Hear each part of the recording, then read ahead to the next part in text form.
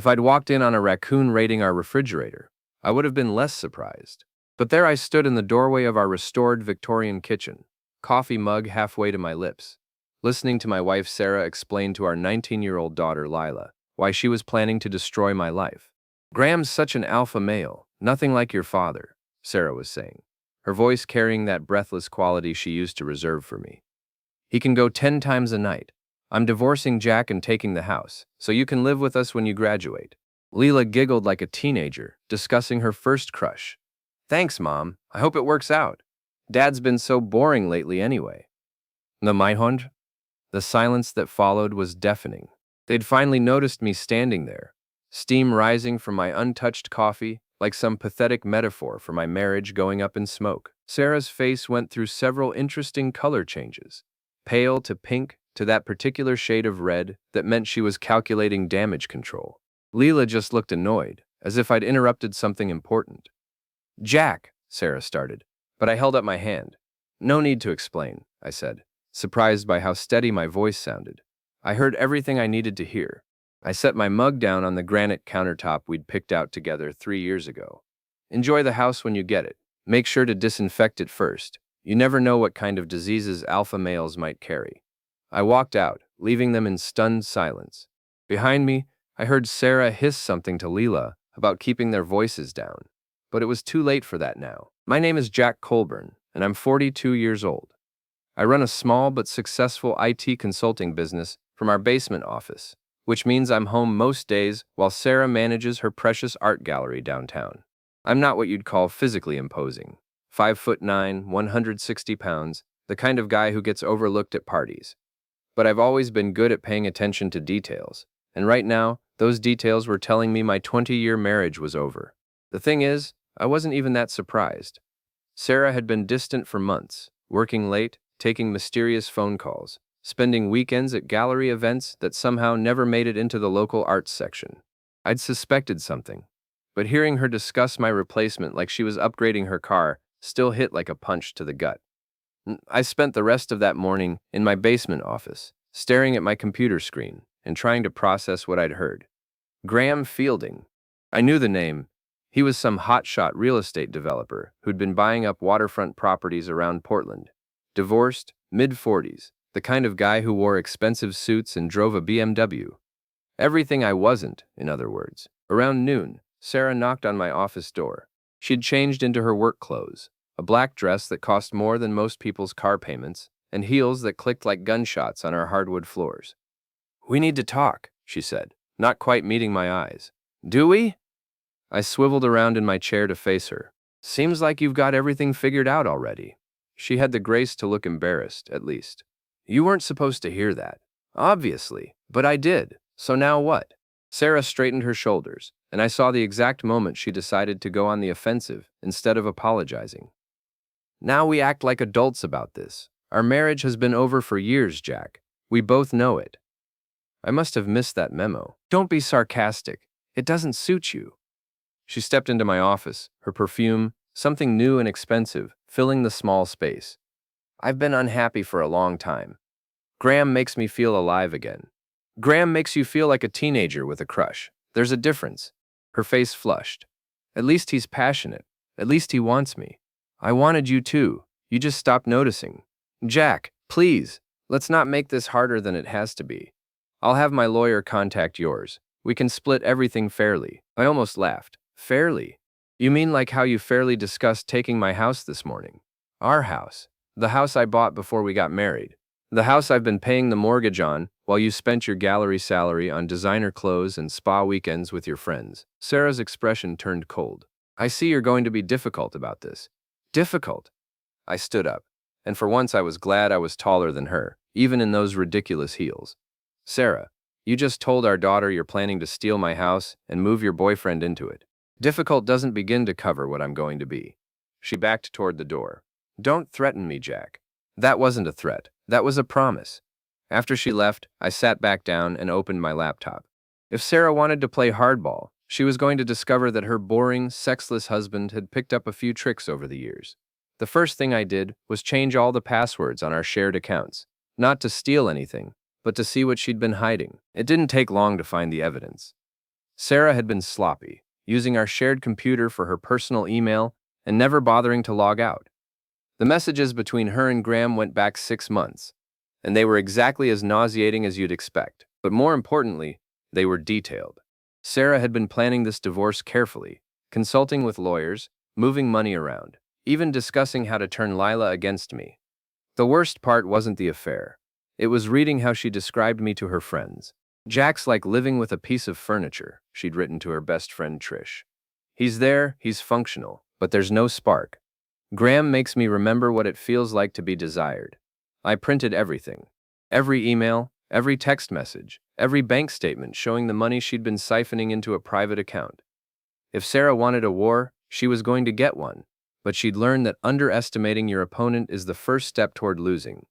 That evening, Lila came down to my office. She looked uncomfortable, which was probably the first time she'd shown any awareness that her parents' divorce might affect her too. "Dad, are you okay?" Wood looked up from the stack of printed emails.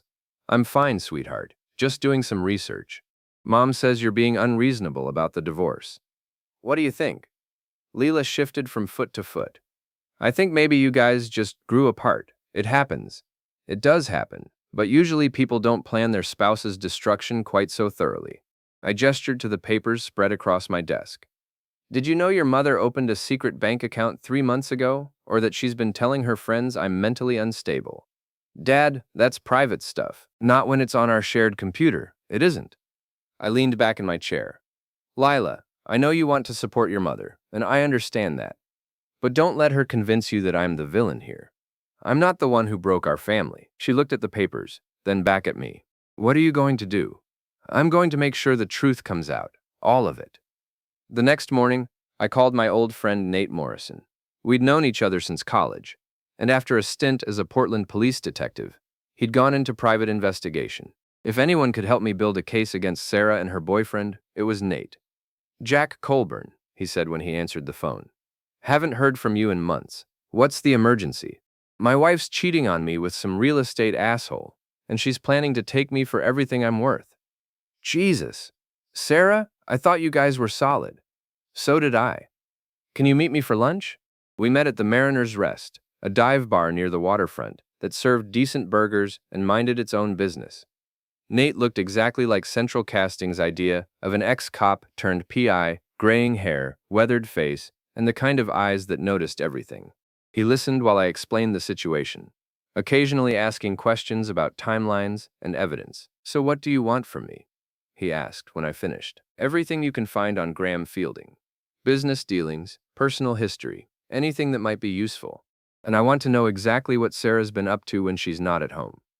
Nate nodded. "I can do that. But Jack, you need to be careful here. Divorce court is one thing, but if you're planning some kind of revenge scheme, you could end up in serious trouble. I'm not planning to hurt anyone.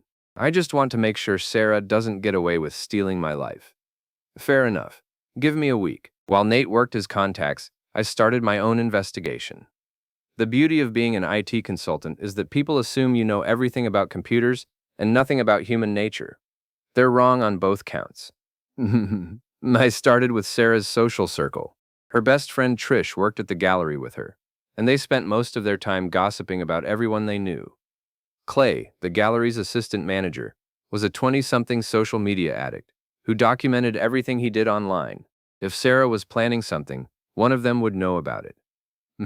I created a fake social media profile. Nothing elaborate, just a generic account for Mike Thompson, a fictional art collector from Boston. It took less than a week for Clay to accept my friend request and start sharing gallery gossip. According to his posts, Sarah had been glowing lately and had started dressing differently. More importantly, she'd been asking questions about the gallery's insurance policies and the value of certain pieces in their collection. That was interesting. Sarah managed the gallery, but she didn't own it. The owner, Mrs. Patricia Westbrook, was a 70-year-old widow who'd inherited the business from her late husband. If Sarah was asking about insurance values, she might be planning something more than just a simple affair. I decided to visit the gallery myself. Sarah would be at lunch, and I wanted to see what she'd been up to in her professional life. The Westbrook Gallery occupied a converted warehouse in the Arts District, all exposed brick and carefully arranged lighting. Clay was manning the front desk when I walked in. Jack! He looked surprised and slightly guilty, which told me Sarah had been talking about our marital problems at work. I didn't expect to see you here. Just thought I'd stop by and see what Sarah's been working on lately. Clay glanced around nervously. She's at lunch with a client. Should I call her? No need. I'll just look around. The gallery was featuring a collection of local landscape paintings, the kind of safe, pretty art that sold well to tourists. But what caught my attention was the office area in the back. Through the open door, I could see Sarah's desk, and on it was a stack of insurance appraisals. Clay, has Mrs. Westbrook been thinking about updating her coverage? I don't really know about that stuff, he said. But his expression suggested otherwise. I wandered closer to the office. The appraisals were for the gallery's most valuable pieces, including a small Winslow Homer watercolor that was worth more than most people's houses. Next to the appraisals was a list of shipping companies and storage facilities. Clay, is Mrs. Westbrook planning to move some of these pieces? You'd have to ask Sarah about that. But I didn't need to ask Sarah. The pattern was becoming clear. She wasn't just planning to divorce me, she was planning to disappear with enough stolen art to fund her new life with Graham. I left the gallery and drove straight to Mrs. Westbrook's house in the historic district. She was a sharp old woman who'd always liked me, probably because I was one of the few people who didn't try to sell her anything when I visited. Jack, what a pleasant surprise, she said, inviting me in for tea. How are you and Sarah doing? Actually, Mrs. Westbrook, that's what I wanted to talk to you about. Has Sarah mentioned any plans for relocating some of your collection? Her expression grew concerned. She did suggest that some of our more valuable pieces might be safer in climate-controlled storage. Why do you ask? Because Sarah and I are getting divorced, and I'm worried she might not be thinking clearly about her professional responsibilities right now. Mrs. Westbrook set down her teacup. What exactly are you suggesting? I'm suggesting you might want to take a close look at your inventory and make sure everything is where it's supposed to be. That evening, Nate called with his preliminary report on Graham Fielding. Your wife's boyfriend is a piece of work, he said. 3 failed businesses, 2 bankruptcies, and a pattern of using other people's money to fund his lifestyle. He's currently facing a lawsuit from his former business partner, who claims Graham embezzled funds from their development company. So he needs money. Desperately. And there's something else. Graham's been married 3 times, and all 3 wives filed restraining orders against him during their divorce proceedings. Nothing violent, but a pattern of harassment and intimidation. What kind of harassment?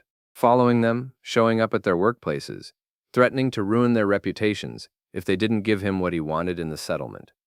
The guy's a bully, Jack, and bullies don't like it when their victims fight back. I thought about that as I hung up the phone. Sarah thought she was trading up from her boring husband to an alpha male. But what she'd really done was get involved with a desperate criminal who saw her as a meal ticket. The question was whether I should warn her or let her figure it out on her own. I decided to let her figure it out. Unhandled. Westbrook called me the next morning. Her voice was shaking with anger. Jack, you were right to be concerned. I did an inventory last night, and 3 pieces are missing, including the Homer watercolor. Have you called the police? Not yet. I wanted to talk to Sarah first, give her a chance to explain. Mrs. Westbrook, with all due respect, Sarah's not going to explain anything. She's going to deny it, and probably blame someone else. You need to protect yourself, but she's been with me for 5 years. I trusted her. I know. I trusted her too. I convinced Mrs. Westbrook to let me handle the situation. If Sarah was stealing from the gallery, I wanted to catch her in the act, not just recover the missing paintings. We agreed that Mrs. Westbrook would confront Sarah that afternoon, while I recorded the conversation from the gallery's back office. Sarah arrived at 2 o'clock, looking confident and professional in her expensive clothes. She had no idea that her world was about to collapse. Sarah, dear, Mrs. Westbrook began. I need to ask you about some missing inventory. I watched through the office window as Sarah's expression shifted from confusion to concern to carefully controlled panic. Missing inventory? What do you mean? The Homer watercolor, for starters, and the 2 Hartley sketches. They're not in their usual locations. Sarah's laugh sounded forced. Oh, those. I moved them to the climate-controlled storage unit. Remember? We discussed the insurance concerns. We discussed the possibility, but I never authorized any actual moves. Where exactly are these pieces now? I could see Sarah calculating her options. She could confess, she could lie, or she could try to bluff her way through.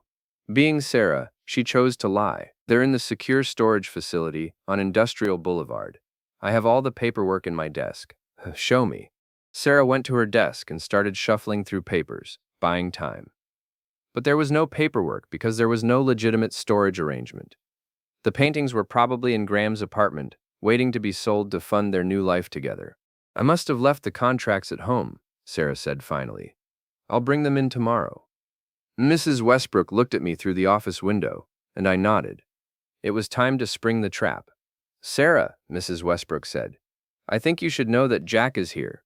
I stepped out of the office, and Sarah's face went white. What is this? She demanded. Some kind of ambush? It's an intervention, I said. You're stealing from Mrs. Westbrook, and we want to give you a chance to make this right before we call the police. Sarah's mask finally slipped, and I saw the real person underneath. Desperate, angry, and cornered. You bastard, she hissed. You're trying to destroy me. You're destroying yourself. I'm just documenting it. Mrs. Westbrook, don't listen to him. Jack's been unstable lately. The divorce has made him paranoid and vindictive. But Mrs. Westbrook had known me for years, and she could see who was lying. Sarah, I want those paintings returned by tomorrow morning, or I'm calling the police. Sarah looked back and forth between us, then grabbed her purse and headed for the door. This isn't over, she said to me as she passed. No, I agreed. It's not. That evening, Sarah came home in a rage. She found me in the living room, reading a book and drinking a beer like it was any other night. You son of a bitch, she said. You turned Mrs. Westbrook against me. I didn't have to turn her against you.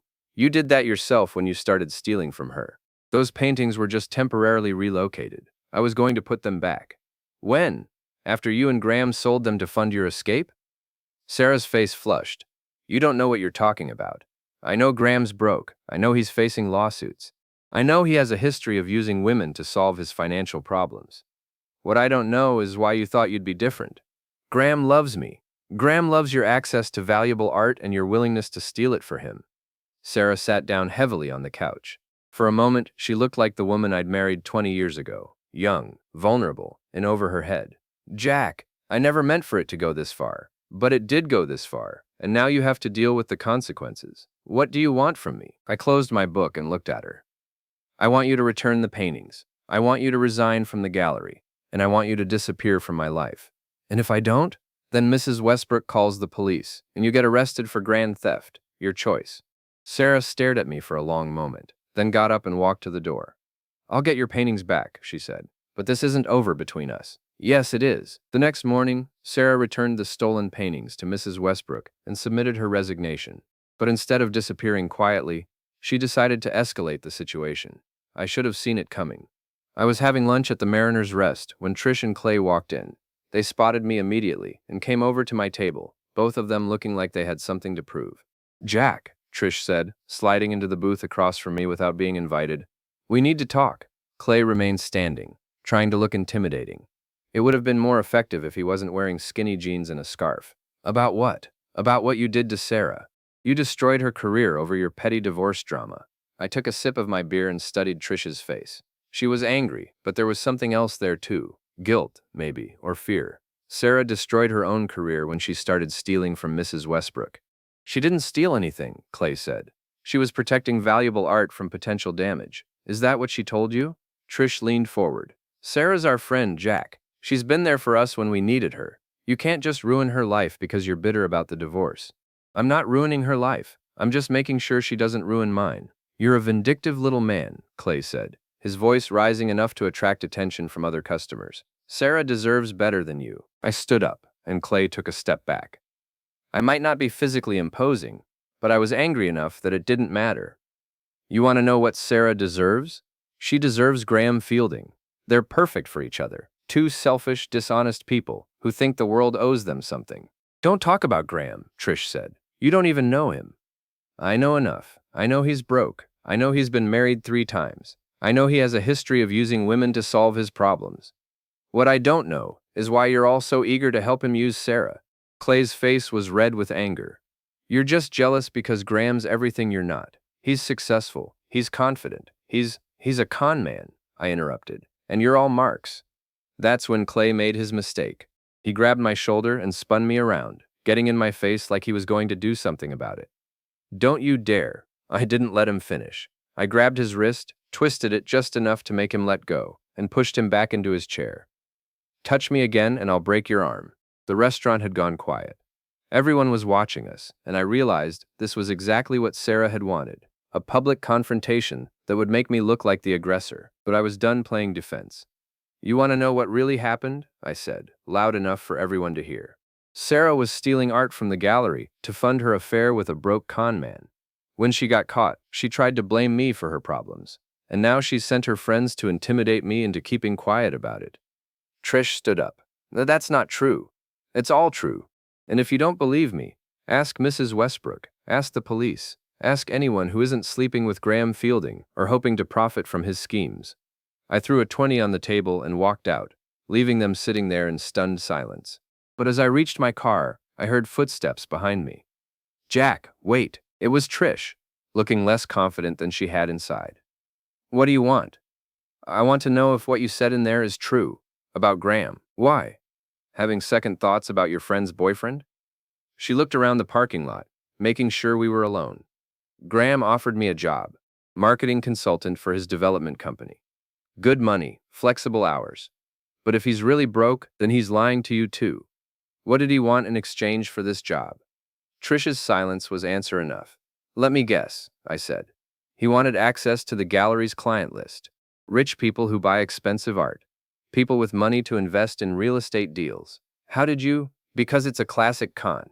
Use Sarah to steal the art, use you to identify the buyers, use Clay to provide social media legitimacy for the whole operation. You were all being played. Trish looked sick. Oh God. Sarah has no idea, does she? Sarah doesn't want to know. She's in love with the idea of being rescued by a rich, powerful man. The truth would ruin that fantasy. What are you going to do? I got in my car and rolled down the window. I'm going to let Graham hang himself, and I'm going to make sure Sarah's right there with him when he does. 3 days later, Nate called with the information I'd been waiting for. Graham's planning something big, he said. I followed him to a meeting with some out-of-state buyers, art dealers, by the look of them. They're planning to move a significant collection, and they're paying cash. When? Tomorrow night. There's a warehouse on the industrial side of town. Fielding's using it as a temporary storage facility. What about Sarah? She'll be there. According to my sources, she's the one authenticating the pieces for the buyers. So Sarah wasn't just Graham's girlfriend. She was his partner in crime. The woman who'd accused me of being vindictive and paranoid was planning to sell stolen art to out-of-state dealers. The irony was almost funny. Nate, I need you to call the police. Anonymous tip about suspicious activity at the warehouse. Jack, if you're thinking about confronting them yourself, I'm not. I'm just going to watch Graham's empire collapse from a safe distance. But I was lying, and Nate knew it. Don't do anything stupid, he said. These people are criminals. If they think you're a threat, they might do something desperate. They should have thought of that before they decided to steal from me. That evening, I drove to the warehouse district and parked where I could watch the building Nate had identified. At 8 o'clock, Graham's BMW pulled up, followed by Sarah's car and a van with out-of-state plates. I watched through binoculars as they unloaded paintings and sculptures from the van. Some of the pieces I recognized from the gallery, but others were unfamiliar. Graham had been busy. At 9 o'clock, the buyers arrived, 3 men in expensive suits who looked like they knew exactly what they were doing. This wasn't Graham's first art theft operation, and it wouldn't be his last if he got away with it. But he wasn't going to get away with it. I waited until everyone was inside the warehouse. Then I made my move. Not to confront them, I'm not stupid, but to make sure they couldn't escape when the police arrived. I let the air out of the tires on Graham's BMW and Sarah's car. Not enough to make them flat, just enough to make driving dangerous. Then I scattered some nails behind the van, making sure they'd puncture the tires if the driver tried to back up quickly. At 9:30, I called 911 from a payphone 3 blocks away. I'd like to report suspicious activity at 1247 Industrial Boulevard. Multiple vehicles, people moving valuable items in and out of a warehouse. It looks like they're running some kind of illegal operation. Then I drove back to my observation point and waited. The police arrived 20 minutes later. 2 patrol cars and a detective's sedan. I watched through my binoculars as they surrounded the warehouse and announced their presence. What happened next was better than anything I could have planned. Graham tried to run, but his car wouldn't start properly with the damaged tires. Sarah tried to follow him, but her car had the same problem. The buyers tried to escape in their van, but the nails I'd scattered did their job perfectly. Within minutes, all 6 of them were in handcuffs. I watched as they loaded Graham into one patrol car and Sarah into another. She was crying, probably realizing that her alpha male boyfriend had gotten her arrested for felony art theft. The buyers were professionals. They kept their mouths shut and demanded lawyers. But Graham and Sarah weren't professionals. They were amateurs who'd gotten in over their heads, and now they were going to pay the price. I drove home and opened a beer. Tomorrow, the newspapers would report that a major art theft ring had been broken up by Portland police. Sarah and Graham would be charged with multiple felonies. The gallery's stolen pieces would be recovered, and I would be free to start my life over. But I wasn't done with them yet. Sarah made bail 3 days later, but the damage was done. The local news had covered the art theft story extensively, and everyone in Portland knew that the respected gallery manager had been arrested for stealing from her employer. Graham wasn't so lucky. His bail was set higher because of his criminal history, and he couldn't afford it. He was sitting in jail, waiting for trial, probably wondering how his foolproof plan had gone so wrong. Sarah came to the house on Thursday morning. She looked terrible. No makeup, cheap clothes, the kind of desperate appearance that comes from having your life destroyed in a single night. "Jack, I need to talk to you." I let her in, curious to see what she had to say for herself. "I know you called the police," she said. "Prove it." "It doesn't matter. I know it was you." She sat down on the couch where we'd had so many conversations over the years. "I need your help." I almost laughed. "You need my help? After everything you've done?" "The lawyer says I might avoid prison if I cooperate with the prosecution. But I need character witnesses, people who can testify that this was out of character for me." "Was it out of character? Because from where I'm sitting, it looks like stealing and lying came pretty naturally to you." Sarah's composure cracked. "Please, Jack, I made mistakes, but I don't deserve to go to prison." "What about Mrs. Westbrook? Did she deserve to be robbed by someone she trusted?" "That was Graham's idea. He said we could sell a few pieces, make enough money to start over somewhere else. I never meant for it to go so far. But it did go that far, and now you have to face the consequences." Sarah started crying, and for a moment I felt sorry for her. But then I remembered the conversation I'd overheard in the kitchen, the emails where she'd mocked me to her friends, the months of lies and deception. "Jack, please, I'm begging you." "The answer is no, Sarah. You made your choice when you decided to steal from Mrs. Westbrook. You made your choice when you decided to humiliate me. Now you get to live with the consequences." She wiped her eyes and looked at me with something approaching hatred. "You're enjoying this, aren't you? You're enjoying watching me suffer. I'm enjoying watching justice being done. There's a difference. You always were a cold, vindictive bastard, and you always were a selfish, dishonest bitch. I guess we're both finally being honest about who we really are." Sarah stood up. "This isn't over, Jack. Even if I go to prison, I'll find a way to make you pay for this." "No, you won't. Because you'll be too busy trying to survive in a place where your looks and your lies won't protect you."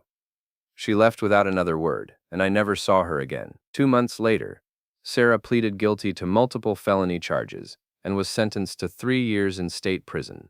Graham got 5 years because of his prior record and his role as the ringleader. The out-of-state buyers were prosecuted federally and received even longer sentences. Trish and Clay were questioned but not charged. They'd been useful idiots, not criminal conspirators. Both of them lost their jobs at the gallery, though, and last I heard they'd left Portland entirely. Mrs. Westbrook recovered all of her stolen artwork and reopened the gallery with a new manager. She sent me a thank you card, which I kept on my refrigerator for months. Lila came home from college for Christmas break and found me in the kitchen, making dinner for one. "Dad, are you okay? Really okay?" I looked at my daughter, my beautiful, intelligent daughter, who'd been caught in the middle of her parents' war. "I'm better than okay, sweetheart. I'm free." "Do you ever miss her?" I thought about that question for a long time before answering. "I miss the woman I thought I married, but that woman never really existed. Your mother created a character to play, and she played it for 20 years. When she got tired of the role, she dropped the act and showed me who she really was. I'm sorry I said those things in the kitchen, about you being boring. You were just repeating what your mother told you. I don't blame you for that." Leela hugged me, And I realized that despite everything Sarah had done, she'd given me one perfect gift, our daughter. "What are you going to do now?" Lila asked. "I'm going to live my life. The real one, not the performance I was putting on to keep your mother happy." 6 months later, I sold the house and moved to a smaller place near the water. I expanded my consulting business and started dating again. Nothing serious, just dinner with interesting women who didn't see me as a meal ticket or a stepping stone to something better. Sometimes I drive past the prison where Sarah is serving her sentence, but I never stop. She made her choices, and now she's living with them, just like I'm living with mine. The difference is, my choices led to freedom. Hers led to a concrete cell and 3 years to think about what she'd lost. I call that justice. On a warm spring morning, exactly 1 year after I'd overheard that kitchen conversation, I was sitting on my deck with a cup of coffee and the newspaper. The headline read, "Former gallery manager dies in prison fight." Sarah was dead. Killed by her cellmate over some trivial dispute that had escalated into violence. She was 40 years old. I should have felt something, grief, guilt, satisfaction, anything. But all I felt was empty. The woman I'd loved was gone long before she died in that prison cell. The woman who died was a stranger who'd stolen my wife's face and voice and used them to destroy everything we'd built together. I finished my coffee, folded the newspaper, and went inside to start my day. I had work to do, a life to live, and a future to build. Sarah's story was over, but mine was just beginning. And for the first time in years, that felt like enough.